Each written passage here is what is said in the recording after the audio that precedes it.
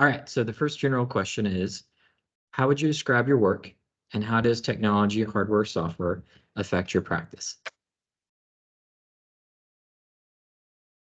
Who I do? can go Oh, first. Or Okay. yeah, go okay, ahead.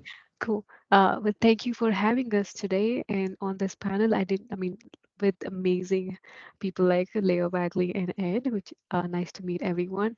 As Joshua said, I am Veena, and I do have a background in computer science, game design, development, and then started this company a few years ago, where we develop virtual reality exercises for therapy for patients who might have had strokes, brain injuries, and trying to get back that limb function. We augment that with virtual reality technology. So technology is a big part of what we do every day, and everything is built from the ground up. And we talk to game designers, we talk to our physical therapists on everything that we need to build.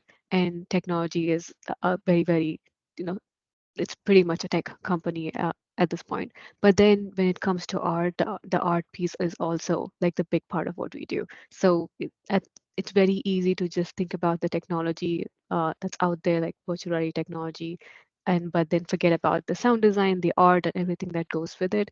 And that's something that we love to concentrate on, and we have all made sure that we've augmented into the work that we do. So, and we also add in, I think there's the next question that's coming up. We also add in other equipment like robotic technology, EEG systems, TMS, and there's so much technology that's out there that we have access to. We try to combine it with the virtual reality therapy exercises that we build for our patient population. I can stop there. How about next we go with Leah? Okay, hi. I'm really pleased to be part of this group as well. And I use technology with my paintings, whether it be photographs that I've used, I've manipulated, or photographs that people have given me to use for commission. And within my teaching, I also use technology with the kids. I've taught them how to do editing of photos with Photoshop and that kind of thing. Also, movie making and animation as well. So I've used technology a lot. I find it's a really wonderful tool to use in both professionally as my teacher and as an artist.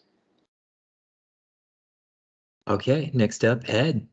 Sure. I'd like to echo my sense of gratitude for being invited today. Very, very happy to be here. Real pleasure. As a former Plano resident of 11 years, I'm happy to be back in the old neighborhood, even virtually. It's not a huge stretch of imagination to think that in video game development, technology is clearly with us every step of the way, every click of the mouse, particularly in video game software where you're working with bleeding edge technology, where the platforms and the foundational engines upon which the games are being built are constantly being iterated upon. We're always right up there, right at the very cliff of what the latest developments is in terms of software tools development, what we're trying to build with scripting, and we're going to be talking a lot about AI today. So we deal with AI in terms of characters and such in our game. As far as my work as a composer and sound effects designer, certainly technology plays a step at every step of the way. I don't really mostly work with live instruments until very late in production. So most of the time I'm working with synthesizers and software computers and virtual instruments and that sort of thing. So even at the height of my creativity, I'm still in an electronic and digital process. And then Wagley. I'll echo the sentiments from others, except to say that this is a huge burden on me, and I don't really appreciate. No, I'm joking. There's a lot of points that have been brought up that so I won't rehash those, but I would like to talk about. Just look at the environment that we're in now. We're using technology for us to even hold this meeting. We have members all over the United States. We're able to come together, and that's becoming more and more prevalent and common, even in video game companies where everybody's working virtually. And because of the technology that we have, you still have that synchronicity. You still have the ability to work together and pass work between different members. And, that's relatively recent. So even if that's all we talk about, just the ability that we have to connect, where before, if you weren't in a building, nobody knew where you were. Well, and obviously the pandemic showed us that a lot of jobs can be remote, and why we weren't doing this sooner. And then a lot of people want to go back to it, but for various reasons. So that's a very valid point, and I'm sure it might come up again in some of the future questions we have too. All right, so our first round of individual questions. Veena, we're going to start off with you. How does motion-assisted robots and virtual reality work together to improve your patient outcomes?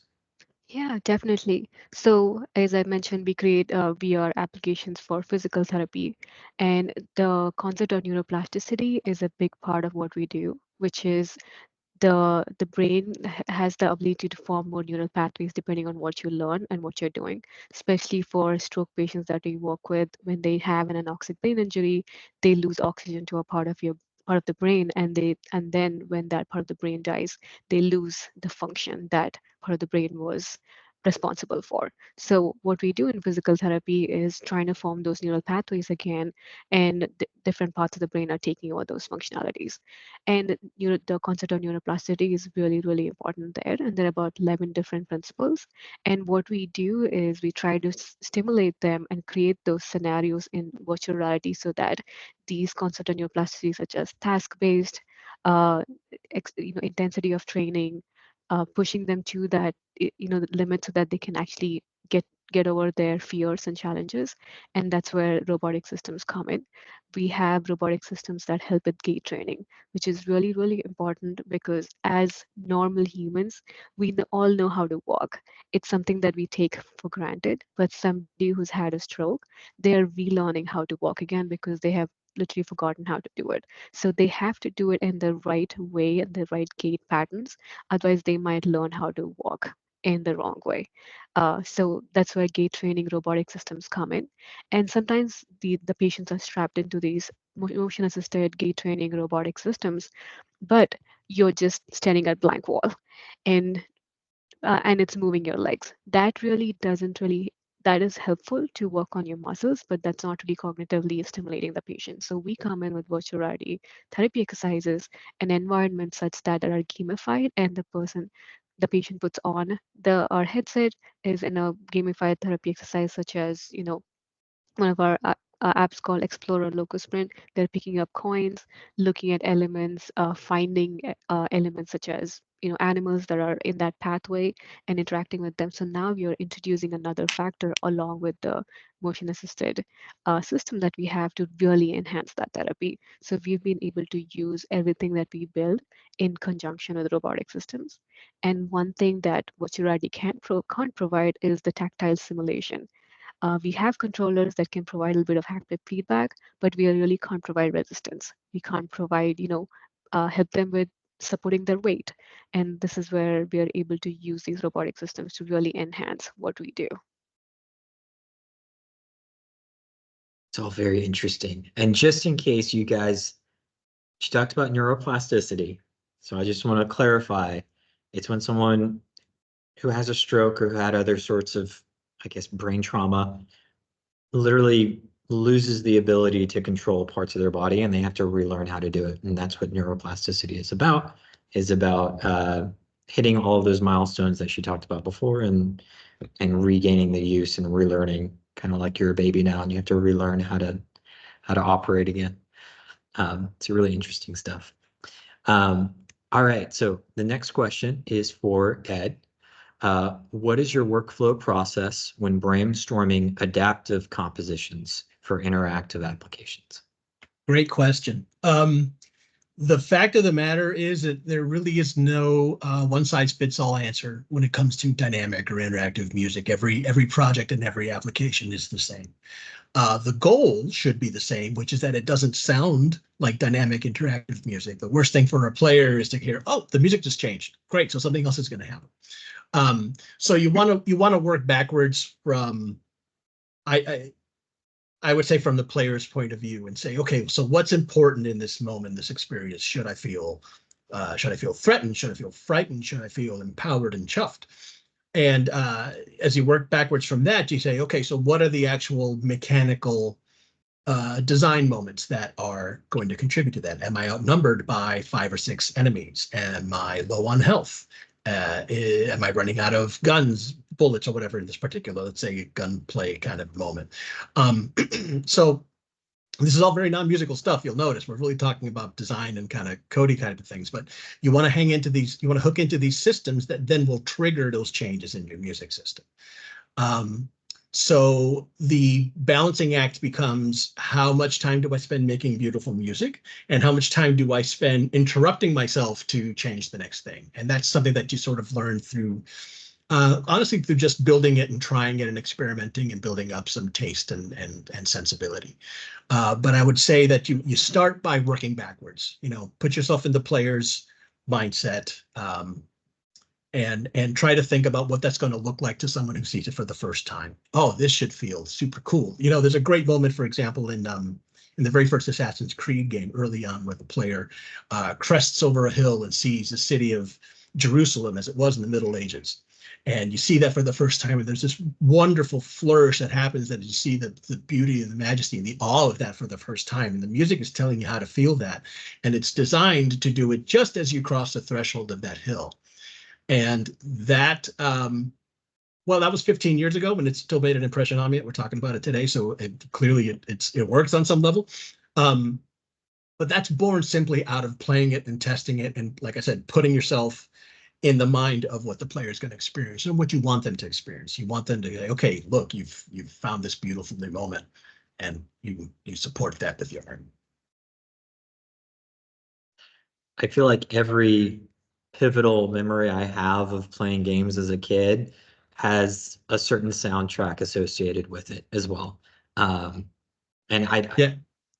Even if I don't even remember the name of the song or yada, so on and so forth, because sometimes you bring in songs from, you know, pop culture and stuff into it as well. But yeah, I remember it. I can't remember it without it. So it's really important. Music and memory are very, very tightly interwoven, for sure. Yeah. I feel like a lot of mine can be like the background track would be the Benny Hill saxophone. Well, I think I'm sorry for you for that, Ben. All right. Well, next up is for Leah. As an art educator, what are ways technology can benefit students in the future? Well, one of the things that Wagley talked about just a few minutes ago was that we have an opportunity to be able to see and to talk with each other through technology that we wouldn't have been able to do years ago. So this is a cool service that we have. But with the kids in art, a lot of them haven't experienced, because I work with the middle school kids primarily, and they haven't experienced much from where they live specifically, even within the town. Some of them don't get out as much, but they're able to experience and research and to see different things all over this world just because they can use that technology aspect. And they use it for research. There's all sorts of, like, if they happen to be at home and they want to learn something, they can get on YouTube, find some different things that they can follow and get, practice done that way as well. There's a self-help as far as that's concerned. Within my classroom, we have used technology for that, but also after you've been working with it for a while, you can put it into the computer and manipulate it that way, which gives them a different aspect of their image. They can actually change it completely without altering the hard copy, so to speak, of what they have. And so there's a lot of things that the kids can use with technology that is just, it's mind-boggling what they have at their fingertips because of technology. I know. So tell you the truth, I've taught digital painting before. And the act of having kids go out and try to like take a picture for like a painting has kind of been at least in my experience, kind of usurped by just being able to go out on the internet and just find these gorgeous photographs of landscapes and everything else. And yeah, you're taking away the student's ability for determining their own composition, so to speak. But other than that, they're still kind of learning what a good composition is just by curating which photos to actually start to use as references for painting. So that's really interesting as well. All right, next question goes to Benjamin. We're talking about Unreal Engine here.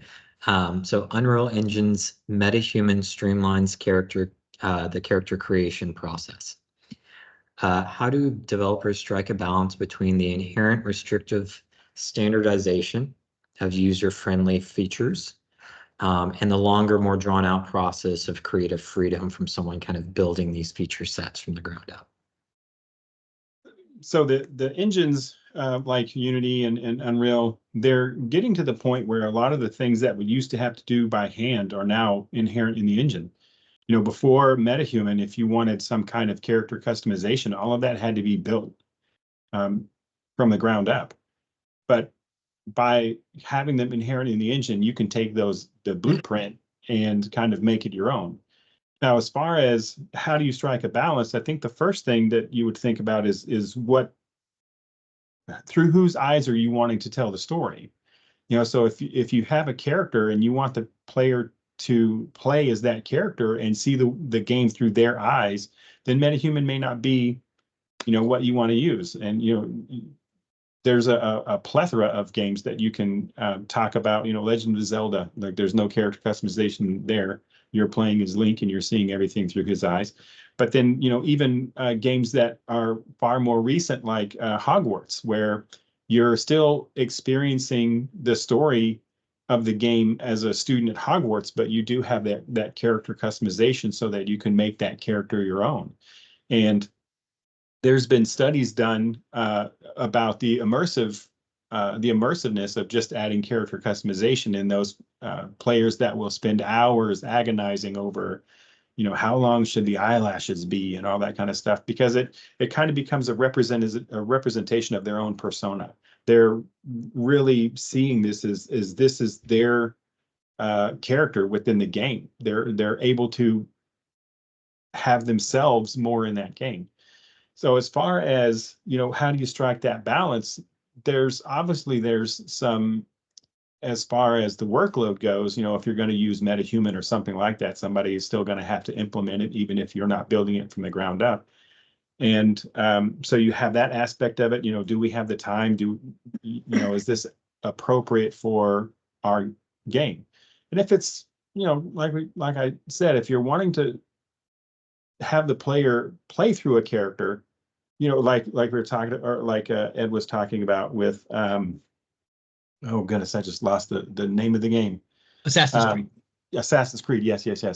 Then, you know, like those are very story driven and you're playing as a character. But again, like with a lot of MMOs, you know, they want that, you know, that grandeur of immersion. And so you have that character customization there.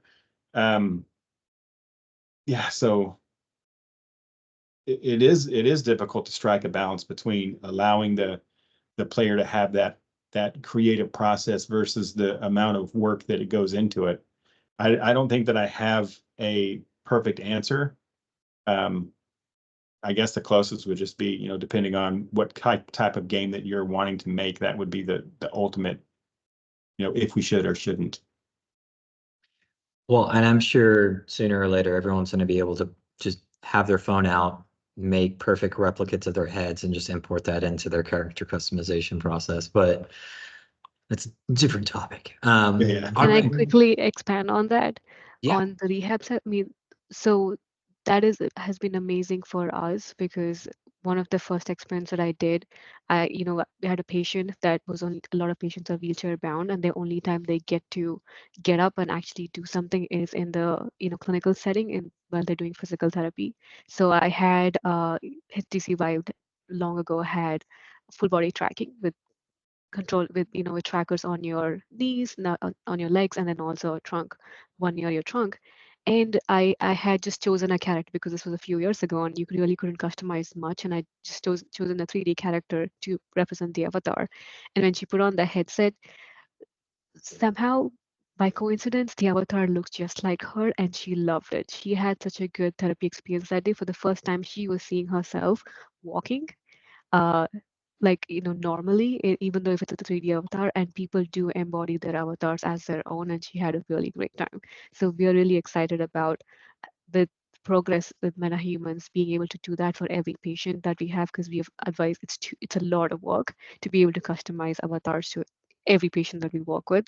And one of the things that we do is all of our characters, if we have hands or legs, they are in blues or pinks, which is a non-human color, because it's, again, as a small team, we need to concentrate on other things. We haven't had the time and work to actually make it the skin color of every person. So we try to like stay away from human colors. But then some people don't like that, but that's what I'm excited about. Things, the progress that's happened in the last few years and how we can integrate that into what we do. Well, I know there's been numerous studies about the mirroring effect, especially for lost limbs and phantom pains. I remember seeing studies on those a while back, and it's really interesting how just the perception of ourselves incorporated into different therapy experiences helps tremendously. It's like hacking our brains. It's really interesting stuff. All right. This is another general question, and if you guys want me to pick whoever gets started the discussion first, I can.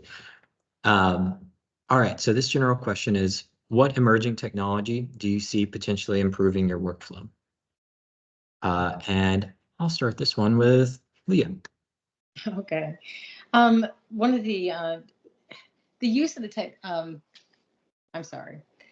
I have two different venues I go with. One's the painting aspect, and the other one's the educational aspect. I'm going to speak about the education aspect of this at this point.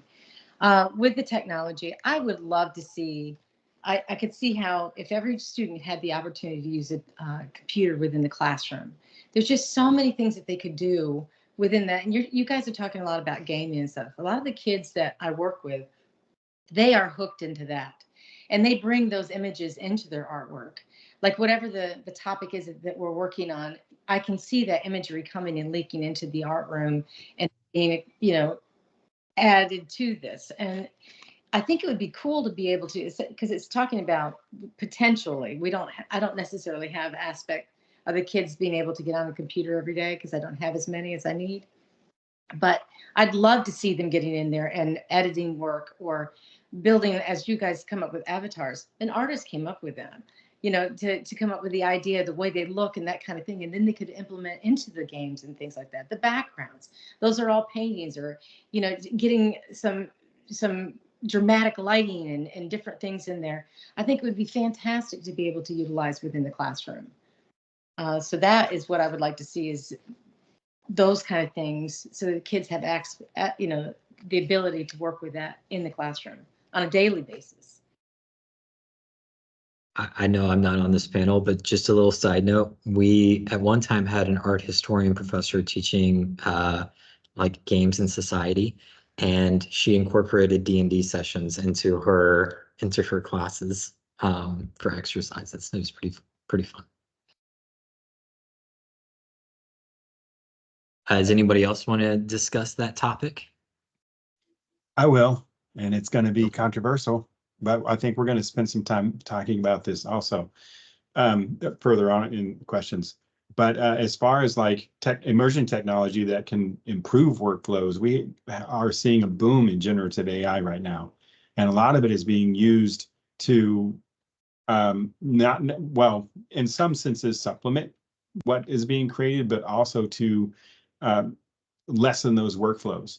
Now, an example is, this isn't generative AI, but it's along that path where we're trying to streamline workflows, is like Substance Painter, where before, if you were creating a texture, you would be responsible for the diffuse, the specularity, the metalness, the normal map. All of those would be separate things that would have to be created.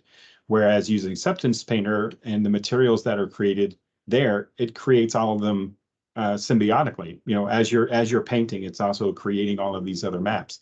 So I can take, and what could have taken weeks before, now I can have done, in a day or a couple of days, and all of those maps are created. With AI, we're starting to see a lot of AI leak into several different processes as far as video game creation, and we're not even talking about ethics. like I'm sure we'll get into that, but we're not even talking about ethics where, we're using ChatGPT to help with our scripts, our dialogue. There's even been people that have used ChatGPT in Skyrim to make the NPCs interactive, so instead of having canned responses, now it pings ChatGPT and has responses based on what you put into it.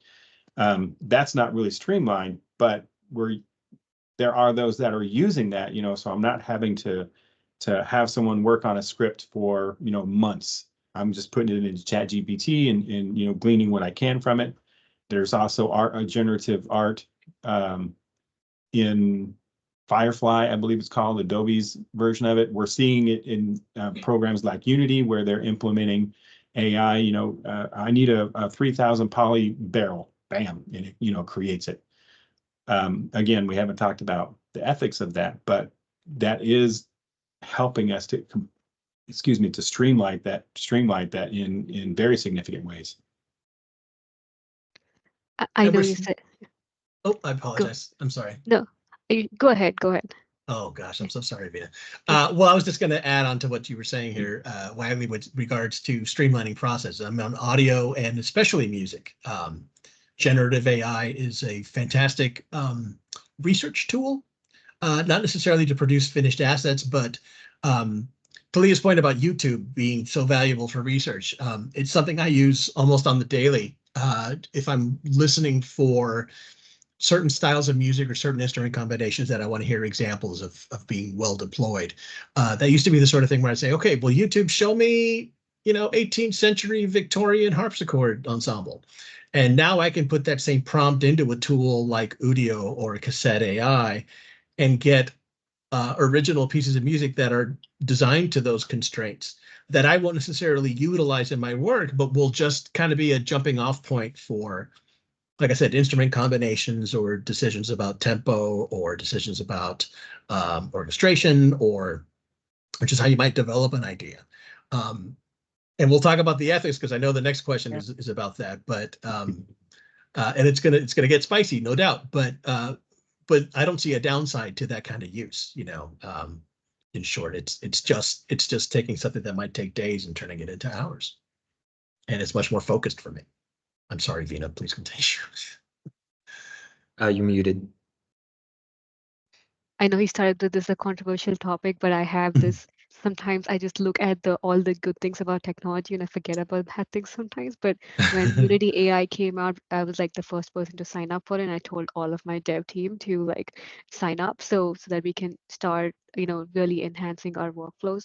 The good thing for us about that is we can spend less time working on this texture for this tree, or like Mr. Bagley said, and then we can concentrate more on very specific customization of our environments for each patient, which is we've done as best as we can with the parameters that you can change in our environments. But imagine if it's like exactly according to what that patient needs, because if you haven't heard this before, every brain injury is different. And even though it's a stroke, for every person, they maybe could lose their speech versus somebody losing movement in their left hand. So for us, we had to make sure that our environments are very, very customizable. But with generative AI, we can procedurally create environments. We can dynamically change environments for them. We have things like we have patients that are able to fully extend their hand to pick up an item. We have some features that recognizes that and makes the environment easy for them. So, and we can take that to 100x of what it is right now. And that's the part I'm really, really excited about.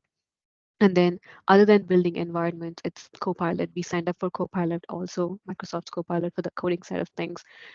I've seen that not all of my developers like it. Some of them loved it and it's really enhanced their progress. Some, they're like, it's too general, it's not there yet, they're not using it, but it's fine. But as long, as it's working. Mr. Waggy, you spoke about one thing that I just forgot. You gave an example of something that, again, I'm really excited about. I'm sure it'll come to me later, but I'm more excited about this and not being excited. It just enhances what we can produce as a small team. Yeah. Well, and I've used like the asset store to try to make up for, shortening my development time. And yeah, if I can just make if I can just say, hey, make me a barrel real quick, and have it make me and maybe it's the most generic barrel in the world because it's looked at 10 billion of them. But still, just to have that capability reminds me of like Star Trek's holodecks a lot in that regard. Like we're getting to that point where I'm like, I didn't see this one coming, but it's great. It just lets you make better decisions about where you want to focus your energy. You know, is a Yeah. barrel worth it? Do you get the ROI on a barrel, or do you get it better on your player character or on a special environment, that sort of thing? The Yeah. thought came back to me. Sorry, go ahead. Go, no, Oh, go it first. was about NPCs. I am super excited about AI NPCs because Mm. one of the things our patients do struggle with is loneliness and depression. And that's something they don't talk about in the physical therapy setting too much because they're going to physical therapy. So I'm excited about adding more and more NPCs. Right now we have we have NPCs with dialogue that we've fed in. It's nothing amazing, but being able to customize for them and it changing every time would be like amazing. Yeah. Well, just the ethics of what you just said also like rings like alarm bells for me too. Like if they're so introverted that that's the only way they can communicate is with non-player characters, like, oh, that's probably a psychologist's like dream research project. But all right. So let's get to the specific questions for this round. Veena, we're starting with you again, as always. Games utilize cognitive flow and reward systems to keep players immersed in their interactive experience. What design mechanisms are used in your rehabilitation apps to keep the patients engaged? And then the follow-up question to that is, how do they differ from just purely entertaining games? Yeah, definitely. Everything that we build is clinically based. It pretty much comes from feedback that we receive from our physical therapists and occupational therapists telling us what they need to be built next. For example, going grocery shopping, it seems like an easy thing to do, but there's pattern matching. There's taking in all the stimuli of people talking in the background, being able to extend your hands. So, and we're starting to get into like creating driving simulators or working on strengthening and balance. So everything that we build is based on some clinical aspect and functional goal that the patient is trying to reach, even though it's it is gamified environments. And again, we try to use as many as neuroplasticity principles as we can as we build these environments. And one of them is explicit and implicit feedback. And that's what we love about games. It gives you feedback right away on what you're doing, if you're doing well or you're doing not. That really translates well into the work that we do. Positive feedback is obviously amazing for our patients, and encouraging messages, we do have those, and visual rewards also that really reinforces and tells them that they're doing a good job and they're able to actually push themselves to get them to the next level. We had a very, give a quick example. I was at an inpatient rehab setting recently in an acute care setting. These are people that recently had their stroke, maybe 3 to 4 days ago, and they get into a very intense rehab sessions right after. It's about 3 hours. It's a lot for the patients, even for the therapist. The therapist is trying to figure out how to keep them engaged, and the patients are they get tired really quickly, but they're trying to push themselves because that's when the neuroplasticity at it's at its highest, and it's best to get as much limb function as you can. We have a very simple app called range of motion assessment, but with some of our stroke patients, they're not able to fully extend their hands. So we can't really use the range of motion assessment because you need to get to 0 degrees first before you can use it. So that which was all right. So what we did was we will just get their baseline, maybe starting from here, they're stuck at this point, and we just told them get to how far as you can, maybe 40 degrees, and they can see that data and the movement and the degrees right there. And we saw this person get up here and he was like, I want to do it again. And he really pushed himself, got up to like, like 80, and he was like, I want to keep going. We were like, you can take a break if you want to. And he didn't want to. He really, really pushed himself, got up to 90. He was sweating by the end, but for him, he felt like he did something that day. He actually pushed himself, even without the therapist telling him to. So we love seeing that happen, and that implicit and explicit feedback really, really helps us. And again, I'll keep talking about customization and adaptiveness is very important for the patients that we work with. Everybody is very different. Everybody's functional goals is different. And we try to make it as adaptive as possible so that it remains challenging but not frustrating for our patients. And I know with Game Rage, we cannot bring those aspects in that level to our application because it'll frustrate them to the point that they'll get disappointed. So we have to always make sure it's positive reinforcement than getting frustrated. Just retrieving like data analytics just on your own performance, yeah, seems like it's just monumental in terms of how much it Especially helps. real-time feedback, it really helps. All right, next question is for Ed. Mathematics is a fundamental property of music. What mathematical principles do you think have yet to be explored in musical compositions?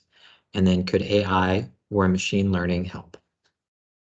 I have expressed this to some of you all privately, but I'll tell you, I just loved how supremely nerdy this question is. It took me all the way back to college. I love it. And I've caffeinated, so watch out. Here we go. Musical systems have been in music, obviously, since the beginning. Harmony is based on mathematical relationships between notes. But specifically, I think what we're talking about is mathematical systems, numerical systems as a means of informing creative decisions.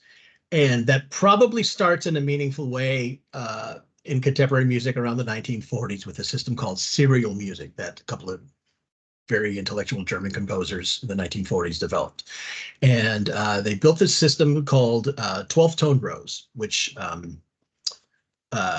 suggested that basically any note can follow any note and any pattern of notes can follow any pattern of notes. So the early part of this process was to quite literally build a 12 cell long one-dimensional array of notes and this whole pattern, and then you use those intervallic relationships to populate an entire grid, and that serial grid becomes the melodic and harmonic foundation for whatever piece of music you're composing. And to most ears, it sounds like cacophonous nonsense because we're trained to hear harmony and to hear consonant notes. It was an intellectual exercise. People did it. It was great. Then World War II happened and we forgot all about it. Fast forward to the 60s where we have a movement called minimalism, where the mathematics moves itself out of note values and into rhythm values. And so we have a musical version of effectively pointillism, like you would in fine art, where you hear these sort of plucking, interacting kind of things. We have composers like Steve Reich, another very talented German gentleman. And that becomes kind of what we call trance today. Nowadays, we have, through the use of computer-aided systems, we have algorithmic compositional tools where you might enter just a seed, basically a small number combination, and a whole beautiful kaleidoscope thing will get generated by the tool. There are a lot of software tools that do this as plugins within other authoring programs.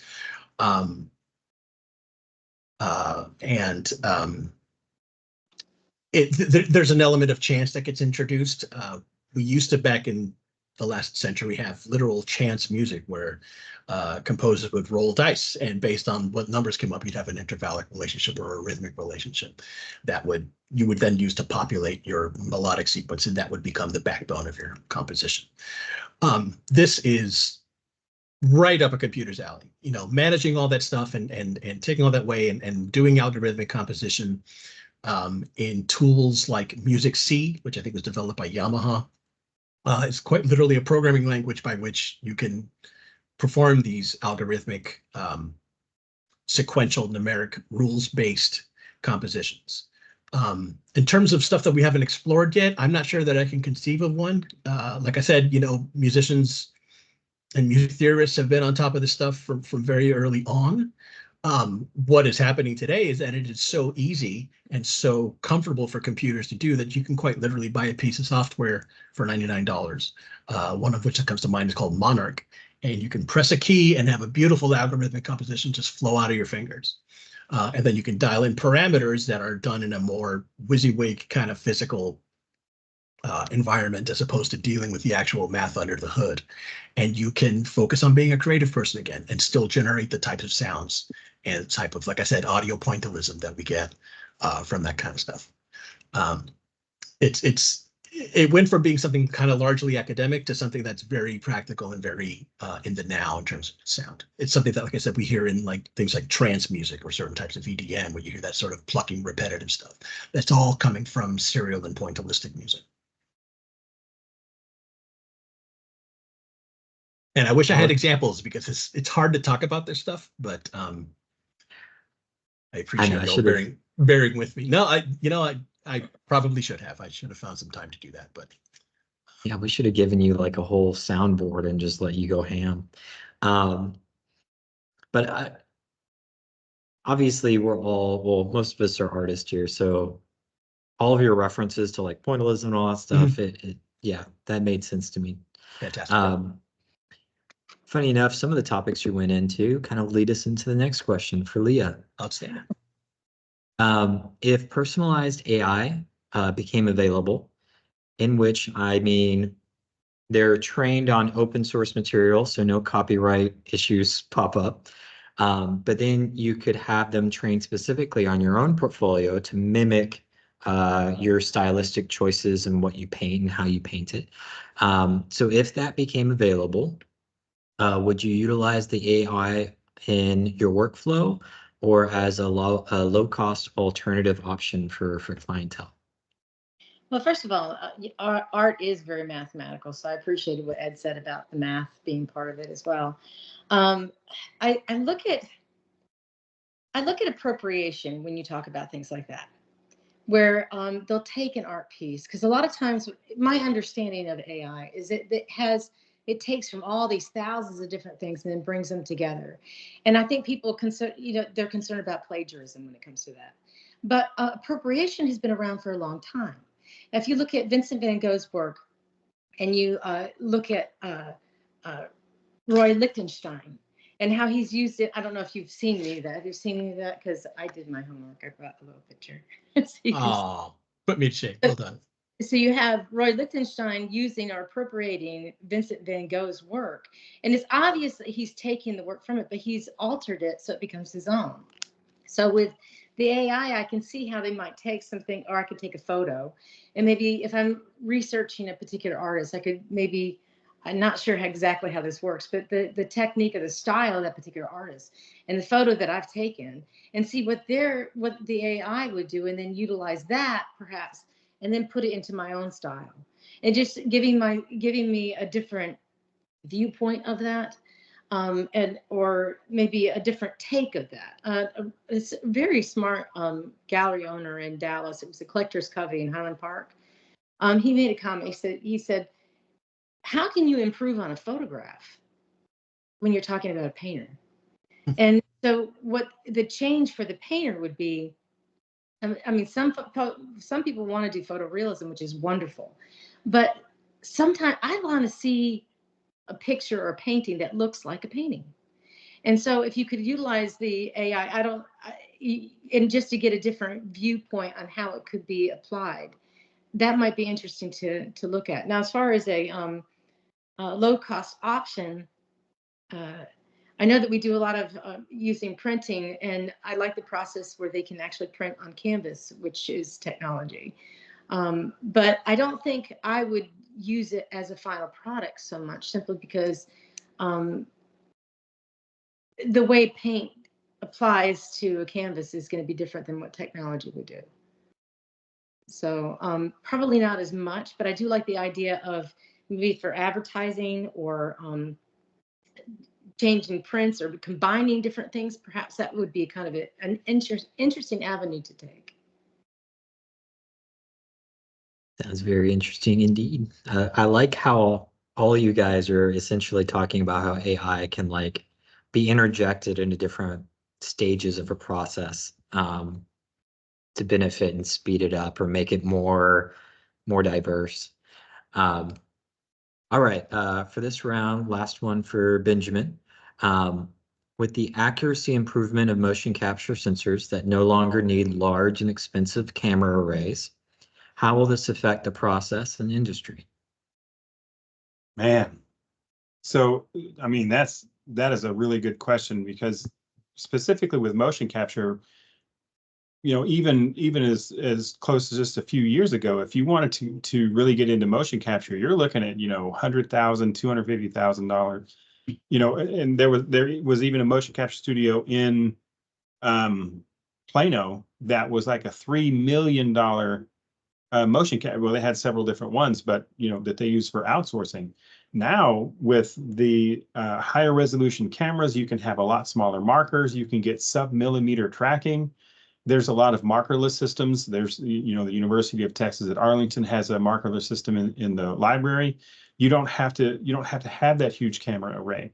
And Professor Wilson and I have been talking about a motion capture system that we would like to utilize at the university, that it's basically a suit that you wear, and it uses to the most simplistic form is like really, really accurate accelerometers that you can, it takes you out of a studio environment. I don't have to try to get a huge space. I don't have to have a 40-foot by 40-foot so I can get good run cycles, or so I can have multiple people acting in the same space. If I want to capture someone playing basketball, I can take that suit, put them in it, and go to a basketball court and let them just natural motion. That has also, the cost has dropped significantly, which I was mentioning before. So now it's not just the AAA titles that can have motion capture. For $20, $30, $40,000, you can have a really, really good motion capture system. And that's going to allow those independent developers that don't have the AAA budgets, but they still want to do that. It's going to bring them into the market. And the innovation there is just going to continue. So I'll keep it short, but I'm really excited to see where that's going to go in the next 5-10 years. I wouldn't doubt if at some point it's just like little things you're going to put directly on your skin, and they're all links up through Bluetooth or whatever, and sends the information off to a computer, and there you go. Well, and with the rise of the popularity of smaller studios against the big AAA title loot box simulators, it seems like a perfect storm for accessibility to that technology. All right, so we're coming to the end of our hour. So I'm gonna say, for this next series of questions, which is more focused on AI, if you guys would also like to chime in on the ethical concerns, because that would be the next series of questions that I don't think we're gonna be able to get to. Feel free to make comments on those as well. All right, so for the general question, and I'm going to let Ed start this one. How do you see more advanced AI features affecting your work now and in the future? I started to touch on that a little bit in my last answer. For me, and I don't mean to be dismissive, but in some senses, for me, for music in particular, AI feels like a super robust search tool. In the sense that I'm, like I said, if something we do a lot is research. I began to touch on that earlier. If you're working in a particular genre or a particular style of music that maybe isn't exactly right under your fingers, and you want to sort of quickly immerse yourself in some of that material, up until this week, that was YouTube for me. I'll go find, Zambezi War Tribe chants, there used to be a field of music called ethnomusicology, which has evaporated because ethnomusicology is now searching for it on YouTube. You don't have to go out into the great wide world with recorders and capture all this stuff. It's all right there in your browser. So that is a tool that I use pretty consistently as I'm changing gears from one piece to the next. AI lets me do that with a finer degree of control. So now I could say, all right, let's talk about war chants in Northern Africa, and it's got this particular set of instruments, blah, and I can hear that, and I can iterate on it, and I can iterate on it, and I've got a very concrete and very real place to kick off from. It's not that different from working like with sampling. As Leah was talking about how, art, it stands on top of the art that comes before it, right? Van Gogh repurposing the Liechtenstein. Well, that's what we do in music all the time. We take what came before us and we build on it. No music exists in a vacuum. So doing research and listening to either contemporary or historical music and starting from there is something that we do all the time. And being able to access tools that generate material in those styles that we maybe had never existed before is just helping to focus that research down a little further. Would I ever take any of that stuff and package it as is? Never, because it's still I still have to exercise my taste and my judgment to make sure that it's perfect for whatever my application is. But as a jumping off point, absolutely, 10 out of 10 would search again. Would anybody like to go next? Sure. So this has been something in academia that has come up several times, the ethics and AI. And I'm in the process of trying to form a research project on what we're wanting to do is basically see like different areas and how they view AI. You know, how does a computer programmer view AI versus, you know, art, that type of thing. I think the really interesting thing is we're talking a lot about AI, but we don't really have an idea of where it's going to go. You know, like in terms of ChatGPT and things like Sora, they're relatively new. This isn't something that has been being in development for 20 years. You know, it's relatively new. Well, if we can do that in this amount of time, what's it going to look like in 5 years? What's it going to look like in 10 years when it's starting to iterate and grab more traction and more funding?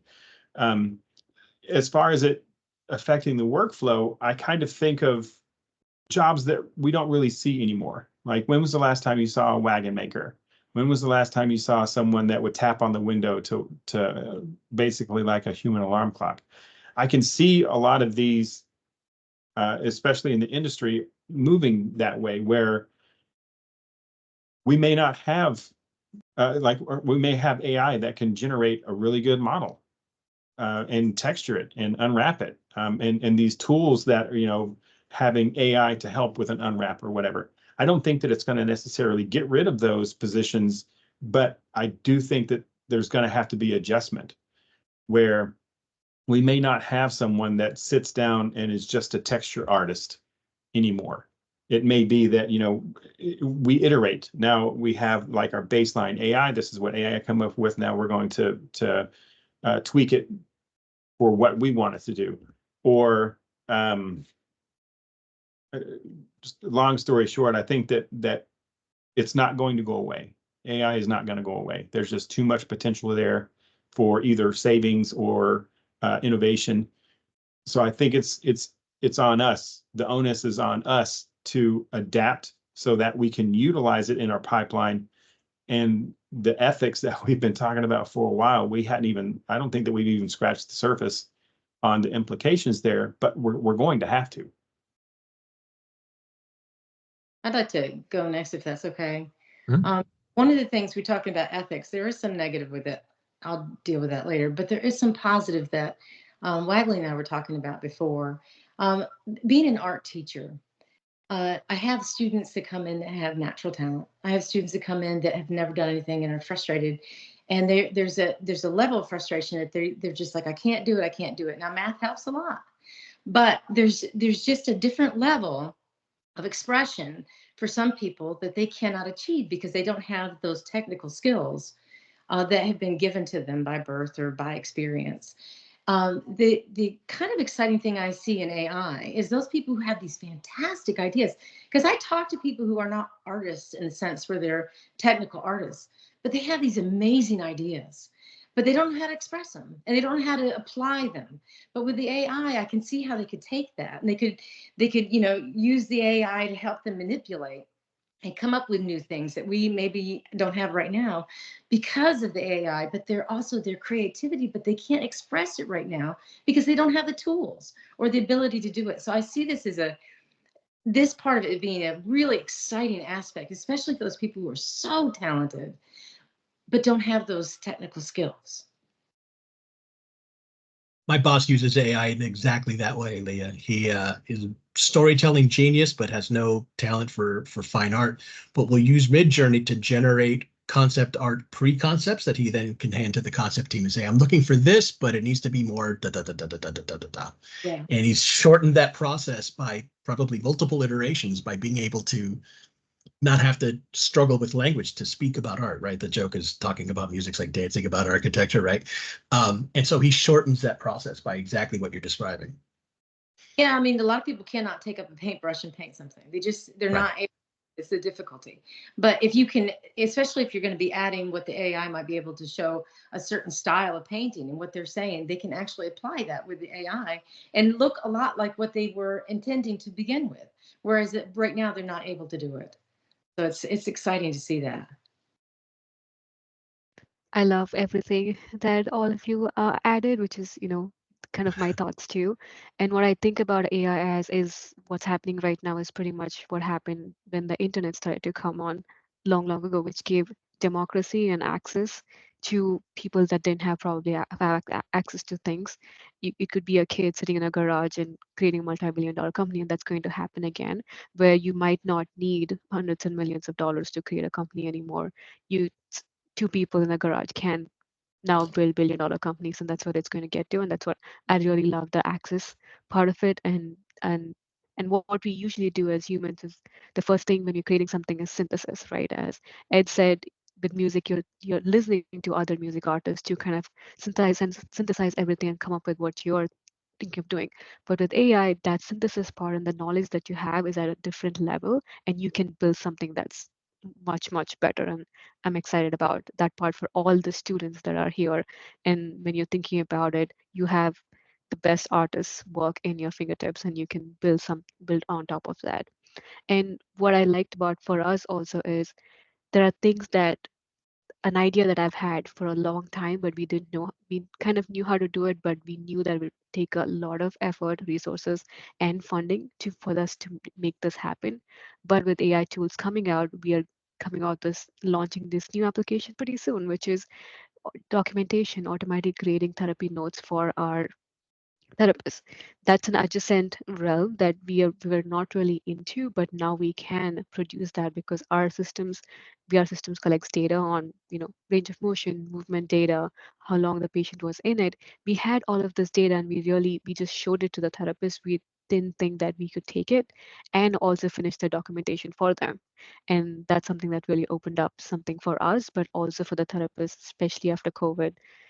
There are not enough clinicians to take care of all the elderly population that need care. And there's a statistic that says the number of people who are turning 65 and older is growing faster than the US population. So we really need something that's more scalable and accessible because we just don't have enough people to take care of our elderly population in the next 10-20 years. So we were thinking about how do we take that admin work, the documentation work away from therapists so they can just concentrate on the care.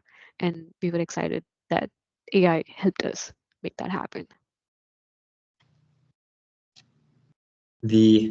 Some of the biggest probably money is going to be made in retirement services as the baby boomers start to retire and reach that age of care. And that is kind of terrifying, knowing that you're going to be putting more authority on AI to get that done because of the shrinking population size. All right, so that's all we have time for right now for the general questions. I'm going to open it up to student questions, and then if there's no more student questions, we'll go back and try to hit some of the other questions that we had pre-planned. So please go ahead and raise your hand if you have a question, and I'll call on you.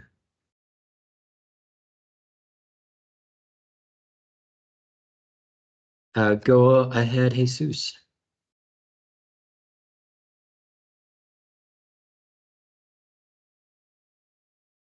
And remember, you're muted. Can you guys hear me? Yeah. Sorry for the bad mic, but I wanted to ask, when does AI become a tool and when does it become a replacement for artists? It's a valid concern and one that we've talked about, and people are really starting to talk about a lot more because there's so many people that are concerned with that. I would say, when does it become a tool? When it's used in a pipeline to create art. When is it going to replace? Again, I think it's very difficult for us to know what's going to happen 5 or 10 years out, or whether or not this is just going to be another tool that we can utilize, or if it's going to be something that completely replaces. Again, I don't know. My gut is that we're not going to get to a point where AI is going to completely replace an entire genre of anything. That I think that what's going to end up happening is, because we're having conversations like this, and because we have people that are concerned, and that it's going to be a tool that we utilize more and more, but it's used to either streamline or to quote unquote take it to the next level. But again, I think that these are discussions that we're going to have to continue to have, and I don't know like what legislation or whatnot, but there's going to have to be a lot more serious conversations than just, you know, some people at a university talking. I might push back a little bit on you there, just a bit, Benjamin, if I may. No. Yes. I think it depends on the scale of the project. We won't see it in AAA games. Not anytime soon, not until the quality becomes vastly, vastly superior. But for instance, talking about music, if you look at a certain class of YouTube content creator, these are folks who are pushing out quick stuff all the time. They're either doing, you know, reviews of the latest Frito-Lay chip or whatever, and they're doing very simple, very immediate, what we call needle drops of music, where they pull a prefab piece of library and that just goes into the background. And if you watch enough of that kind of content, like my 7-year-old son does, you eventually start to hear a lot of the same music. It is irresistibly tempting to that person to say, oh, I can create something from scratch that nobody's heard before. And it's with the same amount of creative investment, with the same amount of dedication to making something unique, which is to say that there isn't. It's just something that fills that a momentary need, and they will drop that in, and it'll be something that's new, that's created from AI, that that suits their purpose. Invariably, when we talk about ethics, what we're really saying parenthetically is take our jobs. Because of that scale of project, nobody's taken a music job because there wasn't a music job there to begin with. That's a little cringe on the surface, but ultimately it's a legitimate use, I think. Like I said, for that kind of scale and for that type of user. And I So think that also, also applies to like graphic designers and illustrators, like the people who weren't going to pay you money anyways, decided to then generate this AI content like really quick, willy-nilly. That's not going to look the best, but they don't really have an eye for it anyways. Yeah. But yeah, so you're not going to lose jobs to that scenario, but obviously there could be other scenarios where you do. Yeah, and you're absolutely right, Ed, with my short-sightedness. What I would add there though is I had a discussion with a gentleman that mentioned, and I can't remember the name of the company, but the CEO was like, in 5 years there's not going to be any programmers, it's all going to be AI. And there's others that have said, you know, within umpteen years, level designers are going to be, there's not, you know, AI is going to. My question to that was, you know, well, who's overseeing that? You know, like who, if you have, you know, whatever program that's creating all of your code, well, somebody has to oversee that, because if something's wrong, we're not at a point yet where AI can analyze its own code and like, this is wrong and correct it. So well, if we have AI can't lock in on creative intent or taste. Right. That's the decision gate that will always have to be offloaded to somebody who's still got some skin in the game. It's like, what am I trying to do? Yeah. But I will concede that your views, because you have much more experience than I do, and much more experience or expertise in your area, that yeah, you're right. I'll just add a couple thoughts to that.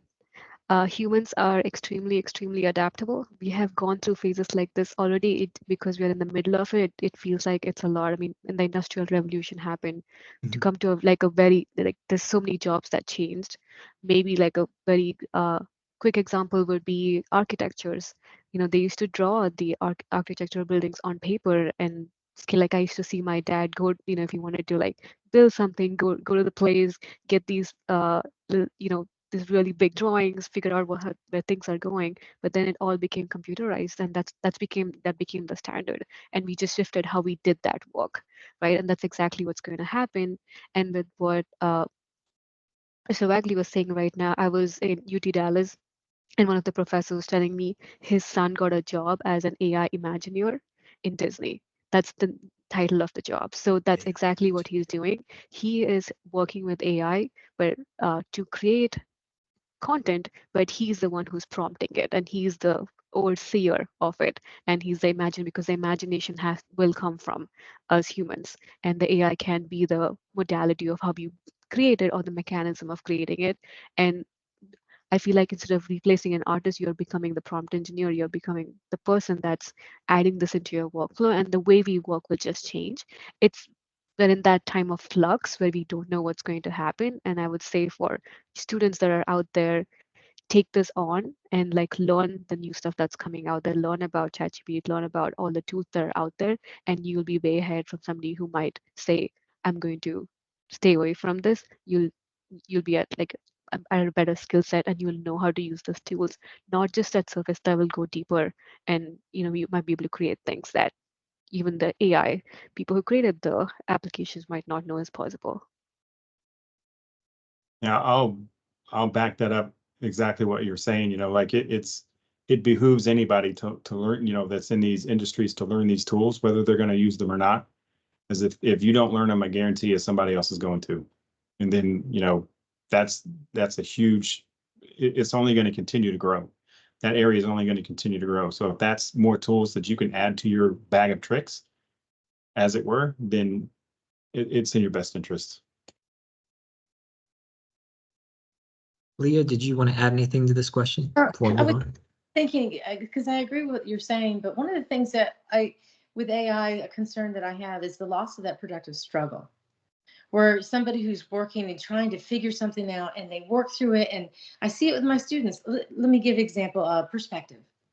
They want to draw a house. They start to draw a house. It doesn't look like a house. It doesn't look three-dimensional.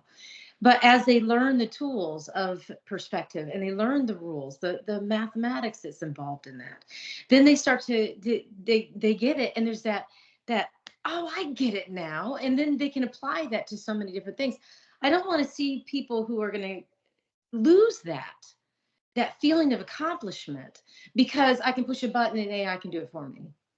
I think learning what AI can do is very important, but I also think learning how to build from the floor up is also very important, and I don't want to see people lose that.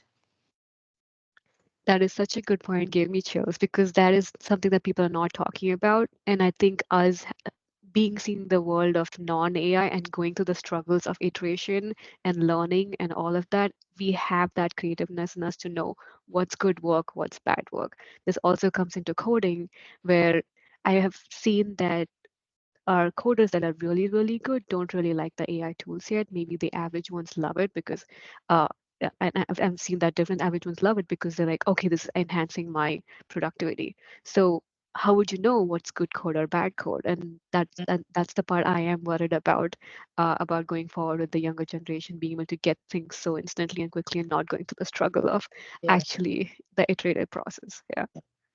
Well, and I'm just going to capstone this by using an example. I'm going to go back to Star Trek again and say, if we had holodecks where we can just snap our fingers and make certain things appear, the designer's going to make a better holodeck program. The designer's going to be able to make it look better, play better. And if there's anything that needs to be new, created from scratch, that the AI has no idea, no reference to generate anything from, that's still going to be coming from the designer or the artist. So you're still going to need that type of specialist to varying degrees in the future, even if we're in the Star Trek era with holodecks. So just something to think about. All right, next up is Haley. What's your question? Hello, can you hear me? Yep. Mhm. Okay. My question is, do you think that the data that is used to feed the AI should be developed on content where the artists give permission for it to be used? Or should artists be paid so that the data can be used, or the work can be used to make the data to feed the AI? And then if yes, if not, what kind of regulations do you think should be put in place to maintain the integrity of artists and their work? Can I talk to that? Yeah. One of the things as a professional artist myself, I have people who utilize my work and they make money off my work and that kind of thing. And there's an agreement at the beginning, they're going to do this. And I say, okay, and you're going to pay me this, and that's okay. And we already have some things put in place as far as plagiarism is concerned. If you're using my work and you do not have permission to do that, that is illegal to do. So I think we need to understand that there are laws already in place for that. But I think that with, like Wagley, you were saying that it's not going to go away. It's going to continue to go. I think that if the artist's work is in there, that they need to be getting paid for that, however you want to, work that out. But just like what I was saying about the appropriation, they're still going to be utilizing that and changing it to make it their own. So I think the artist does need to be paid. Now, as far as, getting permission each time, I think that's going to be really astronomically difficult to do. So I don't know how they would address that other than just putting it out there where people can use it as their copyright as extended to them. What do y'all think? This is a discussion that we had in class one day. And so I'm not going to like play devil's advocate, but just like something that you mentioned earlier, where artists study other artists. Yes. So if that's the case, if an artist is like, I really love neo-traditionalism, that's what I want to do. And so you study that and you study famous artists of that era until you can mimic their style and you can mimic what they're going for. How is that different than AI studying art that's out there in order to mimic? And so we had this discussion, and it kind of came down to, at the end, it came down to when is it okay and when is it not? And it kind of came down to, it's okay if you're human, it's not if you're a machine or if you're AI. But that's, my question. And again, I'm not trying to say that, this should be done and that this is going to be the final discussion. But if we boil it down to, the AI is studying art that's already out there in order to create its own version of it, how is that different from an artist studying art that's already out there to come up with their version? I think what I was trying to say is if you're using the work as is, that's plagiarism. So you have to be able to give the artist the credit and maybe the financial aspect of it. But every artist has studied other artists and they mimic their work until they get comfortable, and then they start to change it to make their own. So that is just a process of learning. But if you're going to use it exactly, that's plagiarism. But the appropriation is so commonly used now. Yeah, there's a cautionary tale about this in the music industry. The music industry has litigated this to its own extinction. In the 80s, we started to see the rise of sampling and predominantly like hip hop, where chunks of other songs were used to make new songs.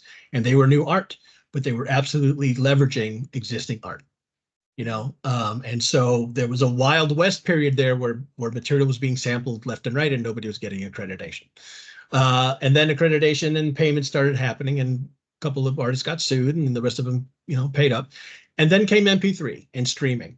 And then all of a sudden music was just widespread, and the idea of buying a record almost became passé anymore.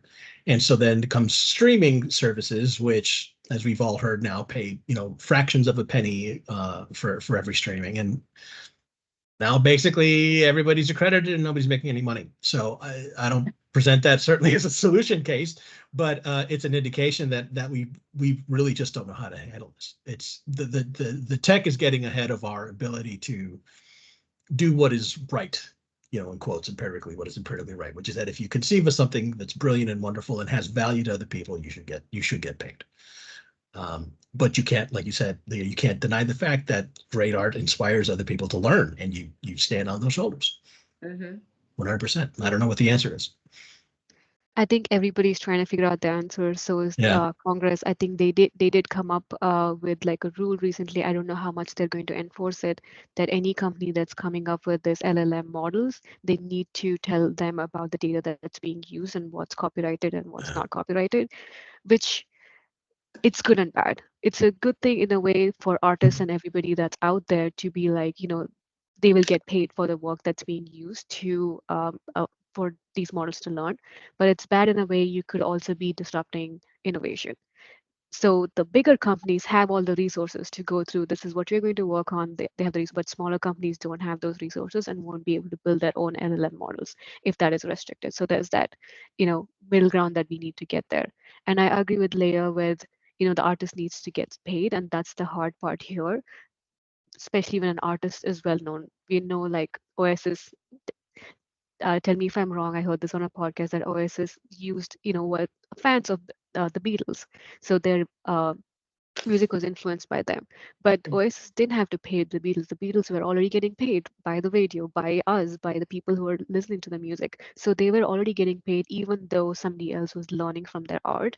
The part that we are missing right now is, what if there's an emerging artist and somebody else uses their work? We have no way of paying that emerging artist, and that's the bad part of it. And I'm hopefully, as humans, we are good.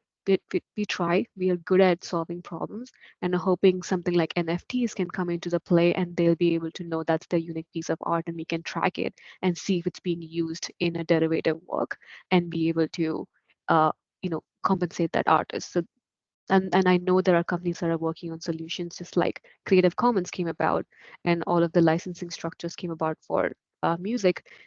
There are companies that are working on a licensing structure such that if your work is being used, this third party can, tell you that your work got used recently and you will get paid by somebody else. So you can't be the person asking people for the money or trying to keep track of what's happening. And I'm hoping there'll be some middle ground that we can come to where innovation is not stopped, but the people that need to be compensated will be compensated. It is a very hard problem, and we will see where it goes. Yeah, I always feel like the legal system is getting way too far behind the tech innovations, and if there's any indication of potential turmoil, it is definitely the skyrocketing evolution of AI and its generative capabilities and the dysfunction of Congress. I think those two coming together are just going to be great for everybody. Um, does anybody else have a question?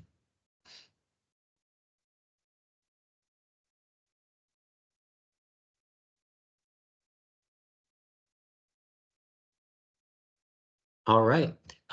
So we have about 10 minutes left. Would you guys like to stay around for I'll probably say the last round of individual questions? Sure. Happy to. All right. Let's see.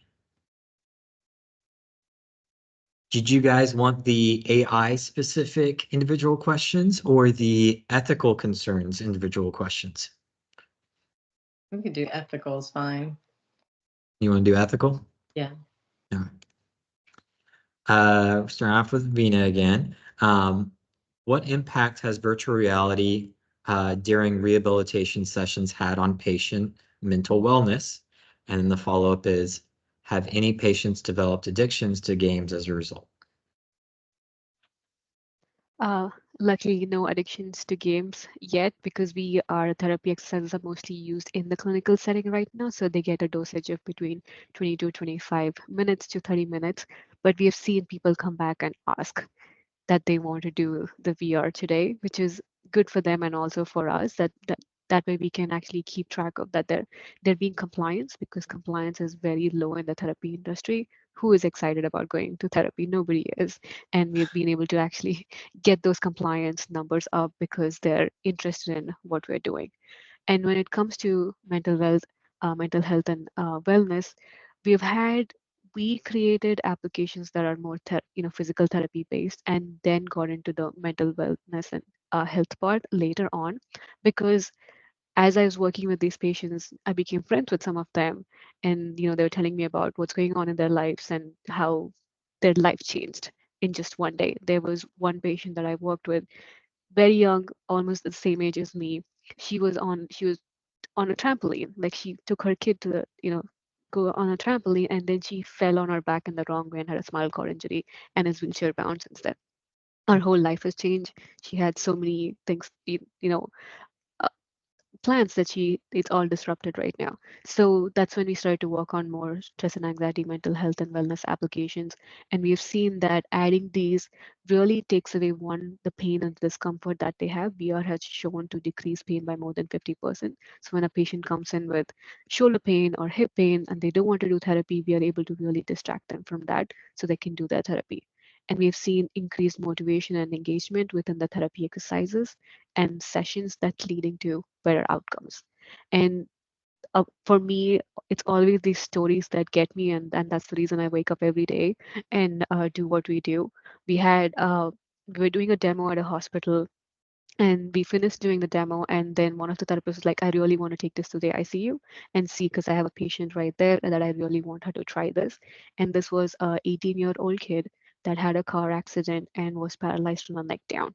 Again, her life has changed in just a day, and she was on a lot of medication. She's in the ICU, and every day she wakes up and she's surprised. Like, it's more of a surprise, and like she can't take in that she can't move anything, her body. And for the first time, they said when she put on our virtual reality environment, we have some scenarios where you can go to Paris or Australia, and she smiled for the first time after weeks and weeks. And that was a little bit of a bright uh, you know scenario for her compared to being in those four walls. And I was again at an inpatient rehab setting, acute care patient, elderly patient, and they're like 80s, had a stroke recently, and they're trying to get, helping get back that limb function.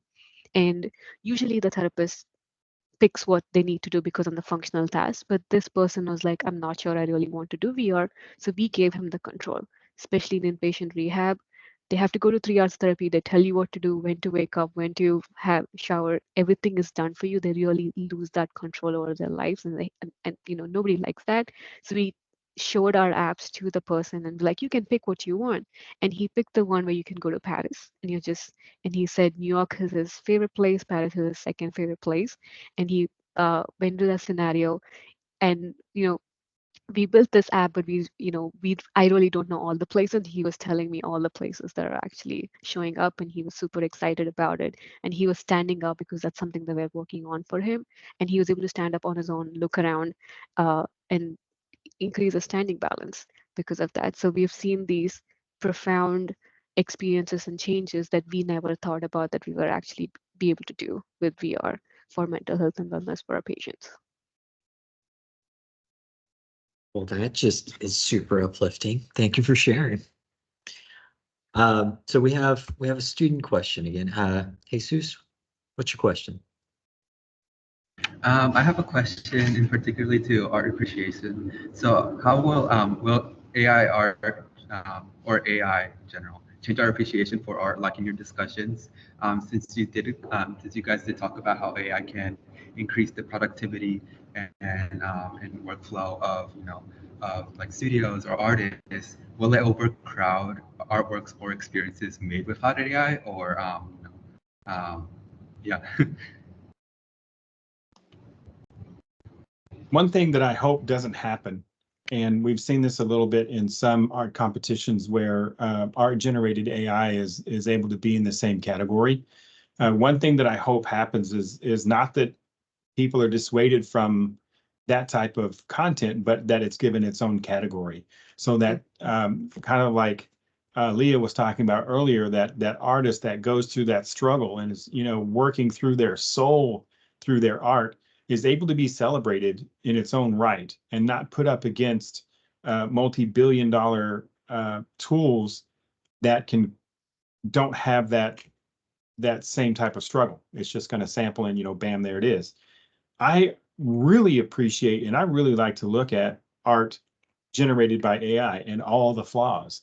But there's just something about knowing the story of the art behind it, or knowing the story behind the art. Like an artist that, I've worked on this piece for 10 years. It was my process of grieving my wife, or, whatever it is, that adds so much to the art. And I'm hoping that that's not taken away.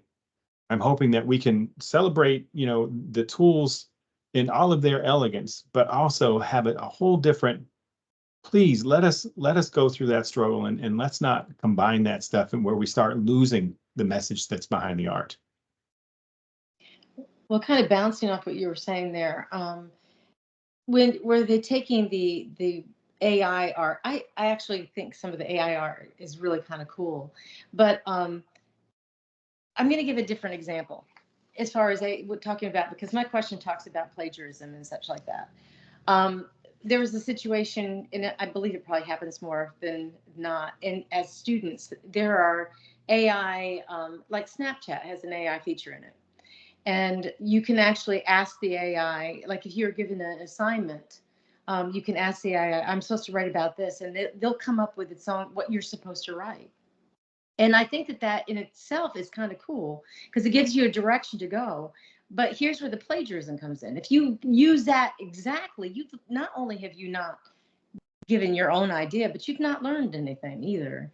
And I think that there's a loss in that if the plagiarism through AI, whether it be like the written assignment or whether it be an artist assignment, you need that struggle. You need to change it. You need to make it your own. I mean, I know that, looking at artists' work and kind of mimicking their style is a tremendous way of learning.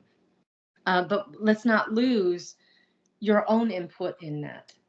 And I think that that's one of the concerns as far as like AI, you'll lose that individual if not, focused on it.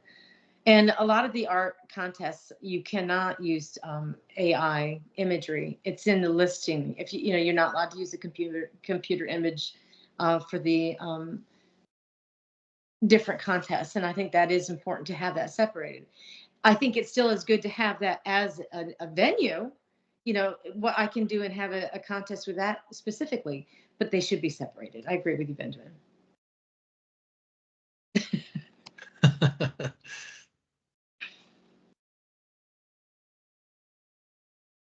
All right.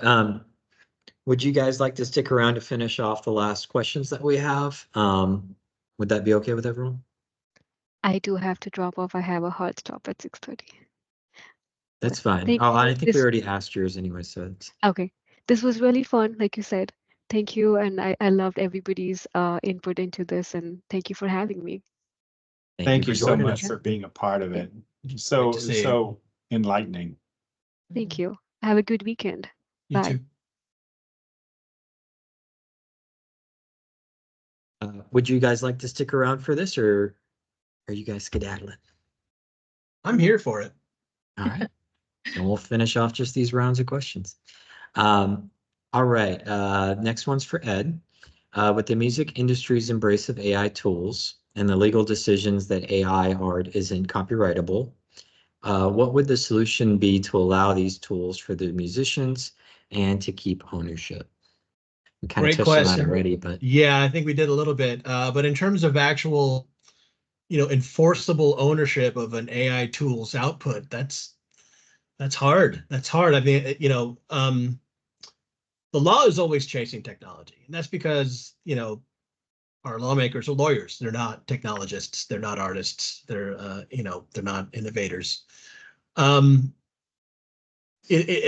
two-word answer is I honestly don't know.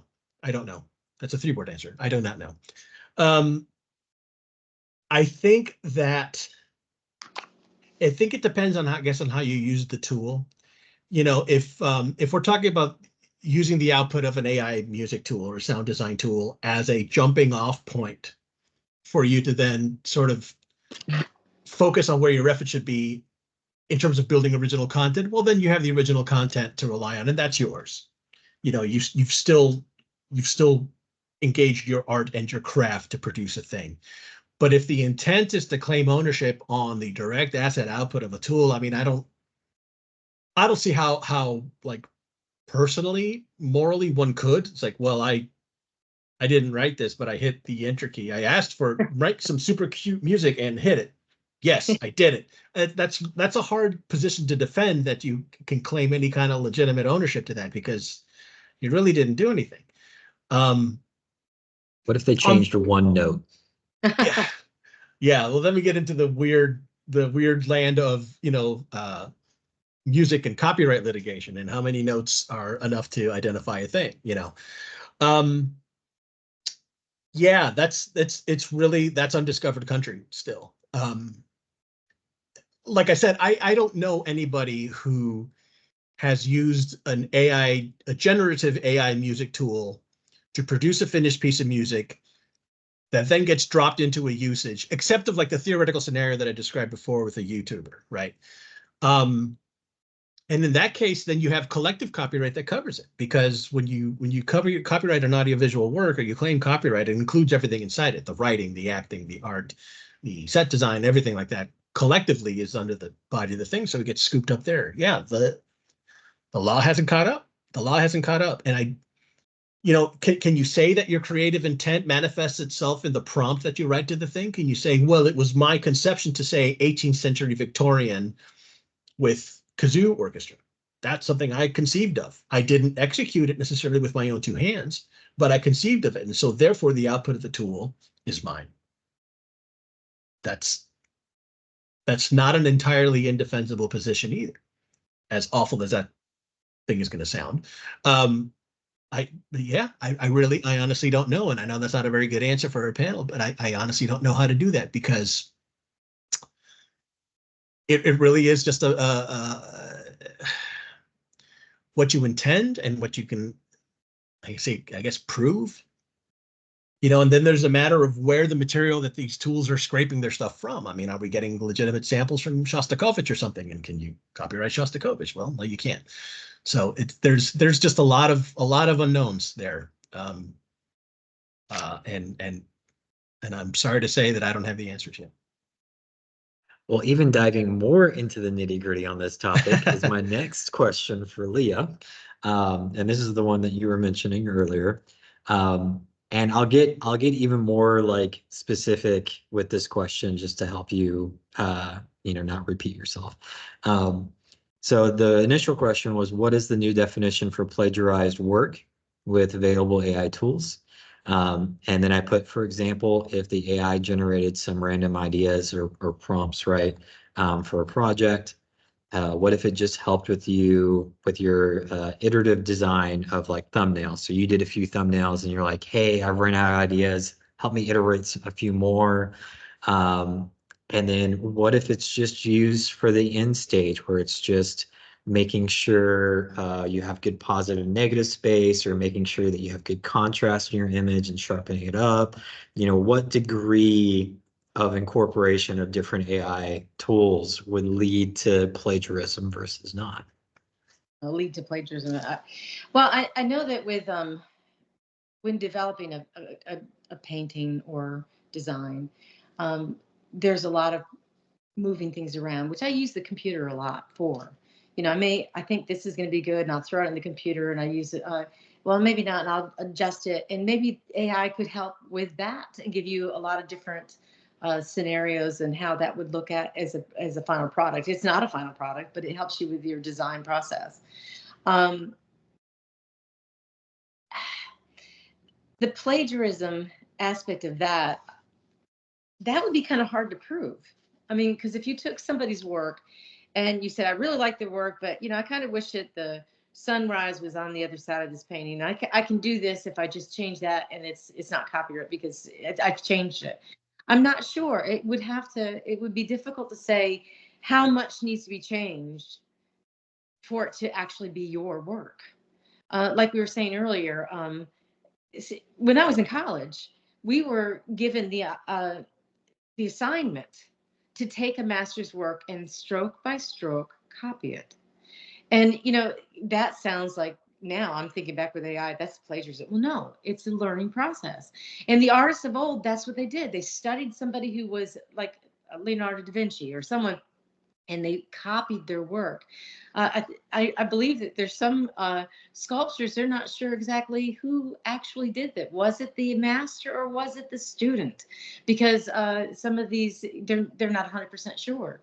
But it is a learning process. At what point does that become plagiarism? I don't know. I think that would be a hard thing to as far as legal is concerned, it would be hard to say. Because well, doesn't it? I'm sorry to interrupt. I was going to say, doesn't it become plagiarism if you claim authorship of that copy? If it is exactly like it and you claim ownership, yes. Yeah. But I think plagiarism, I don't know, it's a difficult thing, because even if you look at appropriation, I mean, if you looked at that one with Roy Lichtenstein, I use that as an example in my classroom. You can tell it's an identical to Vincent van Gogh, but it's upgraded. I mean, is it plagiarism? Is it not? I mean, the kids even argue that content. I mean, that idea. It's got chairs in the same place, the bed's in the same place, everything's the same. It's just more modern. But that's not considered plagiarism. So how far can it go? Or it's considered a homage or strongly inspired by. Or appropriated, like they like to call it. Yes. Yeah. All right. Well, moving on to Wagley's. Oh, I'm sure all the gamers in here are going to like this one. Loot boxes have been a controversial topic in the gaming industry. What other money generating schemes do you foresee being a problem in future games? Well, there's already not schemes, but there are ways that games generate funds besides loot boxes already. A lot of them, like customization. You have a lot of the different, like the pay to win, where you have some kind of monetary system within the game, but then you can buy their monetary amounts with real money. And then you can use that for whatever. And in some games, you can buy armor or weapons or, whatever that helps your character get a leg up. Like you perform better in whatever aspect it is. Things like even with like Bejeweled, you can buy, breakers and all that kind of stuff, or, get more explosions of your gems and whatnot and get a higher score. Then there's also the character customization aspect of it, where you're not buying ammo, but you can buy this ultra rare jacket that only, you and 3 other people have. And you can either buy it with the funds that you earn in game, which are like ridiculously hard to get or really, really grindy, or you can pay, $5 or whatever it is.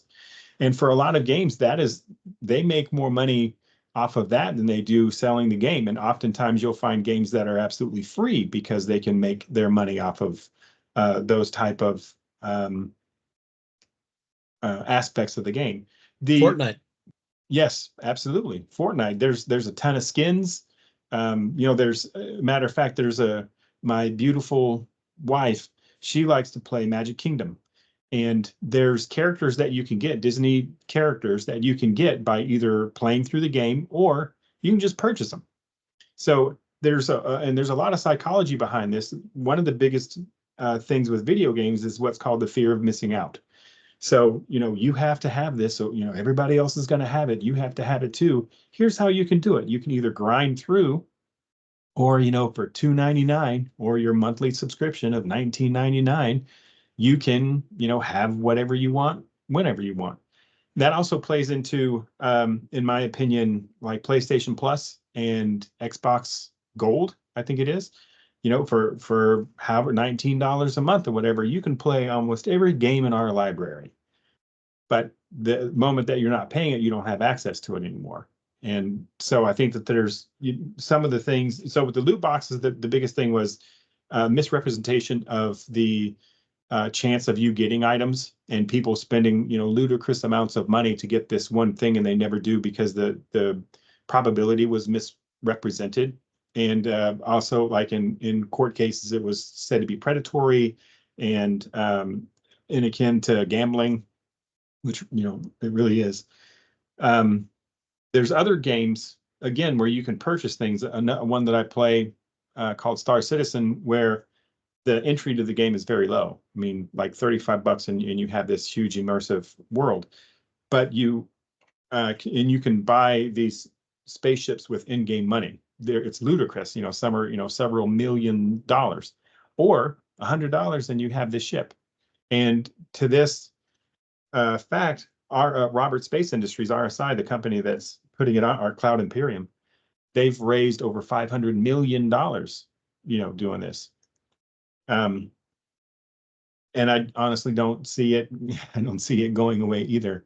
When you have, and my company has done this as well, where we have like a game that we put out for free, but we have in-app purchases. We've never done one where it's going to give you a leg up on someone else. You know, even if we have a game where you can, if you don't want to grind through to get better weapons for your ship, it's a single player experience, you know, or just in-game ads where, you know, like, hey, we're asking you to help support us. If you can watch this ad, we get so much per, you know, whatever. With a lot of it, I think as long as money is involved, you're going to have companies that try to push the envelope and, you know, what is ethical. And some of them just flat out aren't really ethical. But as long as there's money involved, these two are going to be issues that are going to continue to come up. Just from my own personal experience on that topic, one of the, I'll get to the student question in a second, but one of the most terrifying things to me in terms of strategies in game design is giving you just enough incentive to kind of push you into the paid credit spending habits. So maybe there's an item that's in game, but the rarity of it is such to an extent, and you need it just in these sorts of situations where you're willing to spend some actual real world currency to purchase a few more in their marketplace. Having an AI that can calculate that on a personal basis from player to player to figure out just how much we need to tip the scale in order for you to spend a little bit more money, that terrifies me. And that same aspect can go into, like, you know, what careers are available and what's your good aspects, like what do you do well in as a student, and help curating like your academic career to get you like job security and a job you'll like, and retraining people when they lose jobs and technology takes it away. So it's like, it's that same dynamic that I love, that I want to improve and evolve, but I know at the same time it's going to be used in entertainment and games in a way that I'm not gonna like at all. So just to capstone that a little bit. All right, Aguilar, what's your question for us? And then that'll be it for today.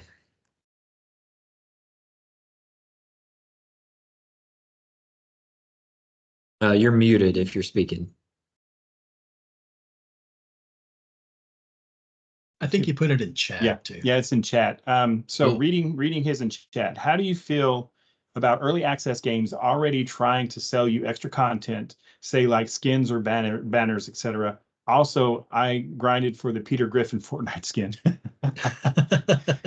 Okay, so and now what I'm going to talk about, Ed can also talk about too, because I'm sure that there's been a lot of times in his time in video games where he's seen this as well.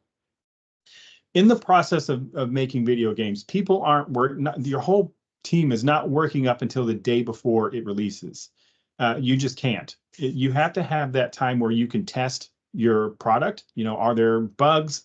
Are there issues or whatever? So there's a time, and usually you have like a pre-production, production, alpha, beta, gold candidate, and gold. You know, gold is like your release candidate, whatever. People start dropping off because you can't continue to put content in. So alpha, you know, you might have things like you want at least a representation of all texture, of all models and all textures. In beta, you're not really putting any more models and textures in. You have to make sure that stuff works. So you have a large amount of time between when your content complete to when the game is released. And if it has to go before USRB, then you're talking, you know, the months long process to get it evaluated. Well, what do you do with your team? You know, you don't want them just sitting there being non-productive from a company standpoint. So that's how you see like DLC, like day one DLC. It's not because, not always, because a company is trying to get as much money out as you can, but they're like, we have this time where we can add content. We have a team that's not doing anything, we can add content, or huge day one patches. Again, because anything that you put into the game has a possibility of breaking something.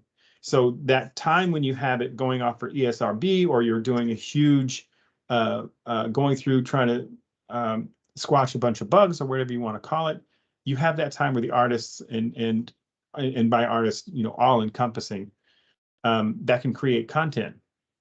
So I honestly, I like the idea of early access because it can get people excited when it's not in a finished state.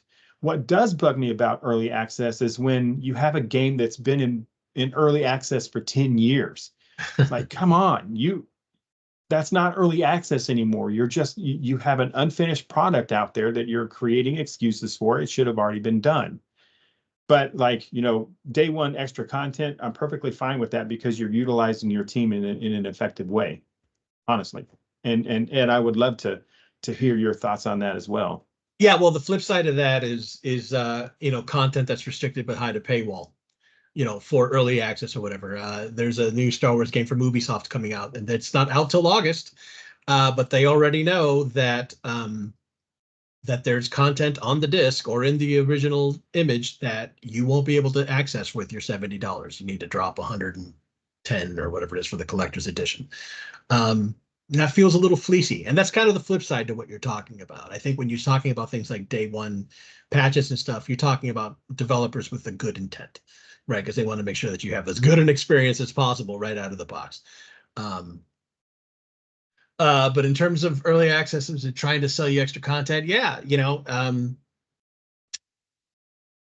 it's just, you know, there are good and bad actors, Jose, and it's up to the player, the buyer, to determine which, you know, do you want to pay $5 horse armor in Skyrim, or do you want to pay $10 for a Jabba the Hutt mission, or what do you want to do with your money after you've already spent a bunch of money? Yeah, I really like that, where I go into one aspect and you're like, yeah, but don't forget about this. And you're like, yeah, of course. Well, we're a great team, pal. Batman and Robin. You guys don't want to spend like double the amount of money on a special collection edition where you get pay to You don't even win get statues or gear? action figures anymore. It's because it's all digital downloads. You don't get all the sweet stuff. You get digital art book.